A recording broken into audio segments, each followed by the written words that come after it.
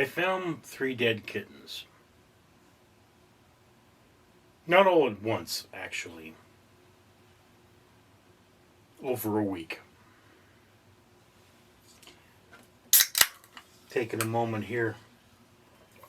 Take my vitamins. And this was the thing I wanted to talk about. See, I got this cat named Wolf. She's a real loving animal. And, you know, getting animals fixed is expensive or time consuming. So I've been getting my cats fixed slowly, and Wolf is nursing other cats. So I ain't got her fixed because she keeps nursing. Well, I actually made an appointment to get her fixed. And then she gave birth.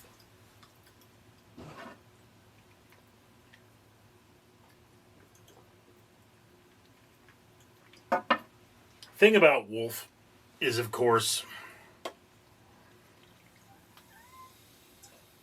her kittens tend to die.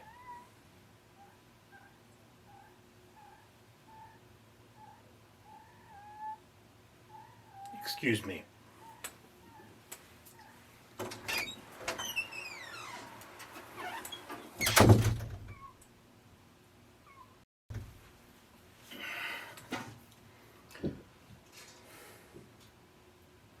There are few things less appropriate for this somber moment than a cat interrupting it, but vitamins.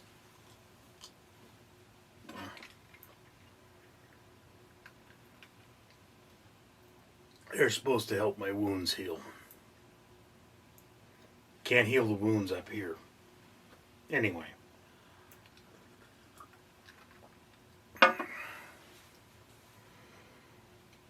So Wolf gives birth to kittens that tend to die. I don't know why exactly. That's just Wolf, you know. And every day Wolf sits in my lap and purrs, and I love her so. Beautiful cat.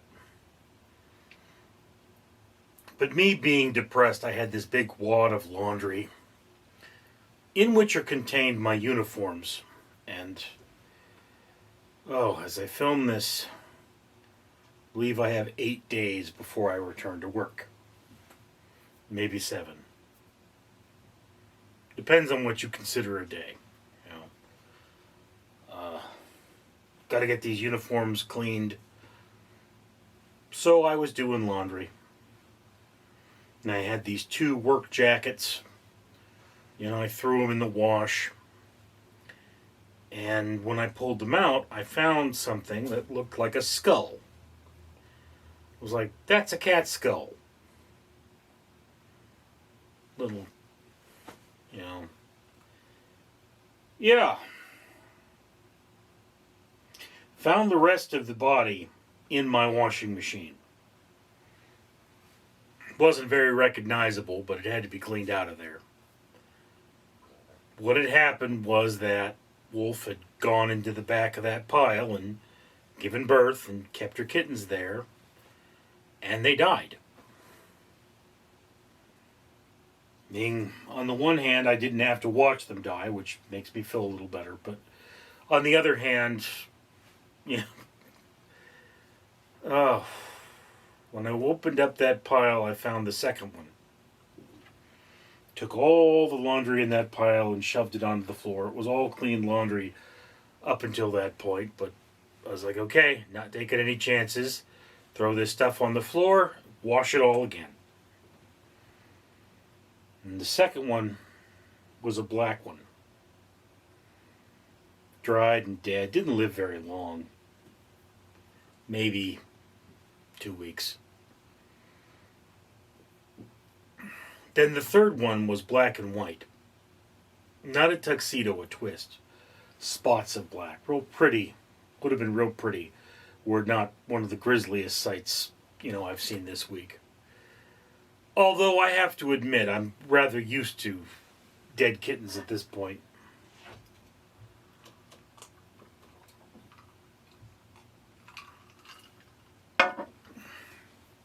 And yet I just picked up Wolf, and she's nursing. She's not nursing her kitten, she's nursing some other cat's kittens. Cat husbandry is very complicated.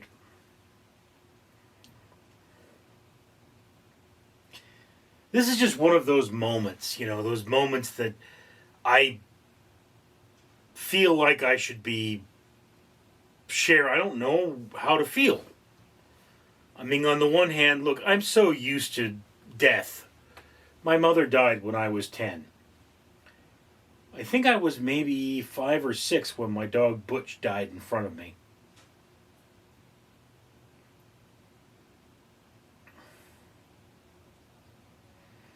I couldn't feel much of it when I heard my cousin Brian had died. And couldn't feel much of it when I heard his mother died. The day my father died, I went to work. We didn't get on well. A few weeks later, my grandmother, his mother, passed. Across the street from me, there was a family. 3 generations had lived in that house. But the son was an emotionally damaged person, and he was barren. When his father died and his mother went to a nursing home, he began to use drugs. He overdosed and died. A few weeks later, his mother went with him.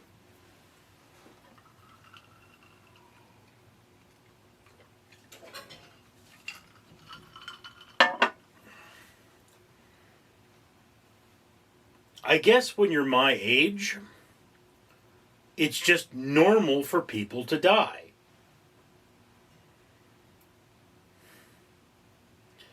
And as a security officer, I mean, look,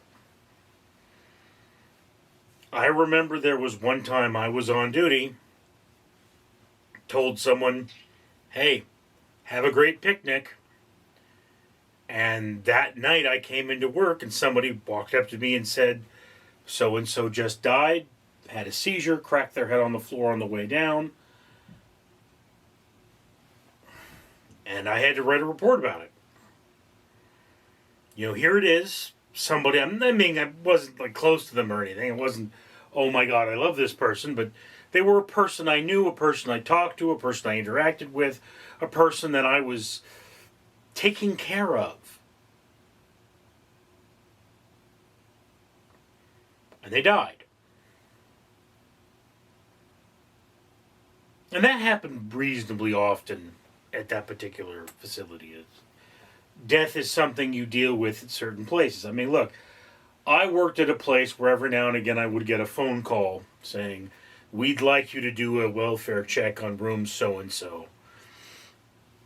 And you'd open that door and you'd be sitting there going, please, please God, let them be alive. Please God, let them be alive. And you'd walk up slowly and you'd look for their chest rising and falling, and you didn't always see that.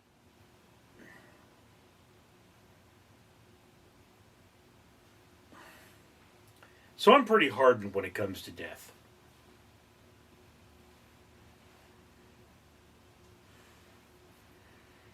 I can tell you, in the last 6 months, I believe, I've been informed of the death of 2 people I know.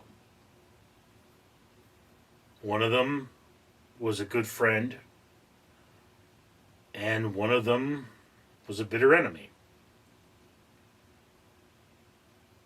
Both died too young of health conditions.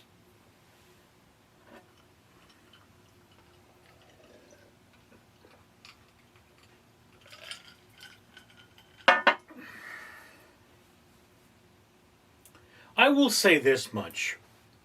One thing that this situation has taught me is I should savor every moment with those I love, even if it's a cat. I mean, there's been many a time Wolf has jumped in my lap and I've just sat there and said, I'm going to sit here until she moves. There have been other times that I've had to get up to use the restroom, so it goes both ways. But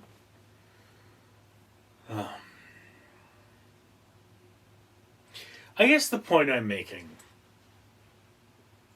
and the point we should all try to understand, is that life is fleeting and bad things happen, and we can't stop them. So the thing we need to do is to savor every moment,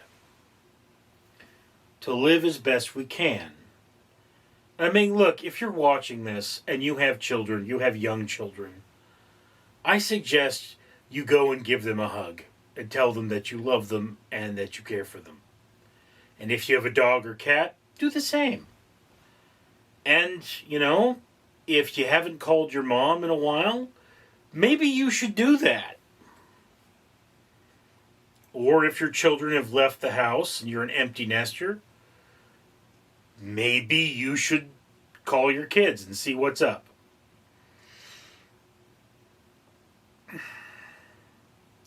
Understand something about life. It's like, I remember I had a cat. I loved that cat. And I had found this bow tie I wanted to put on him and take a picture of him. Then someone killed him. Dude got mad at me, was friendly with the cat, grabbed him, crushed his head in a vise. That SOB died in the pandemic. Although, I can think of no better revenge that I could ever get on the man than to see his entire line disappear. May he roast in hell.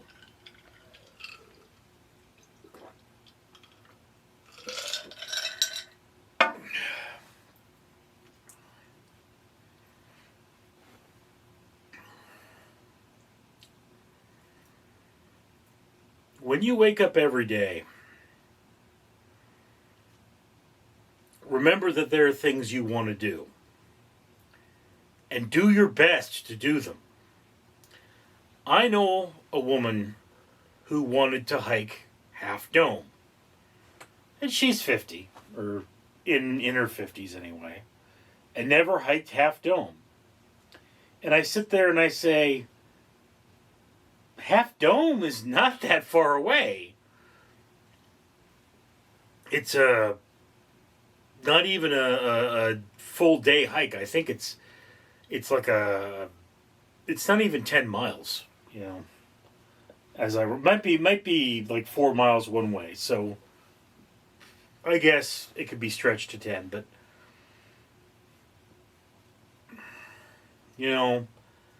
that's just one of those things. Like, why would you not have done that? You could wake up in the morning and go do it. And it's like, maybe someday. It's like, why?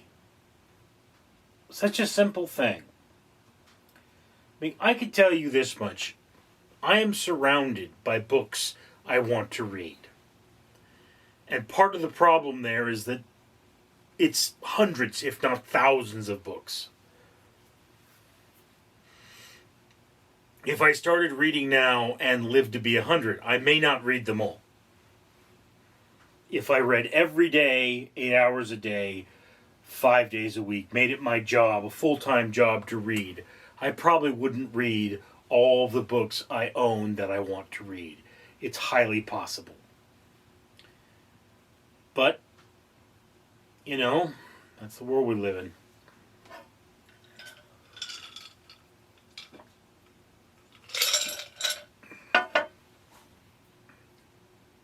Go out and do. Live your life. Because it may not be there tomorrow. I'm Richard. Danger Ducky says it is now time for you to comment, like, and subscribe, and support this channel so we can do things like save the world by removing trash from the ocean, planting trees, and feeding orphans. Danger Ducky approves.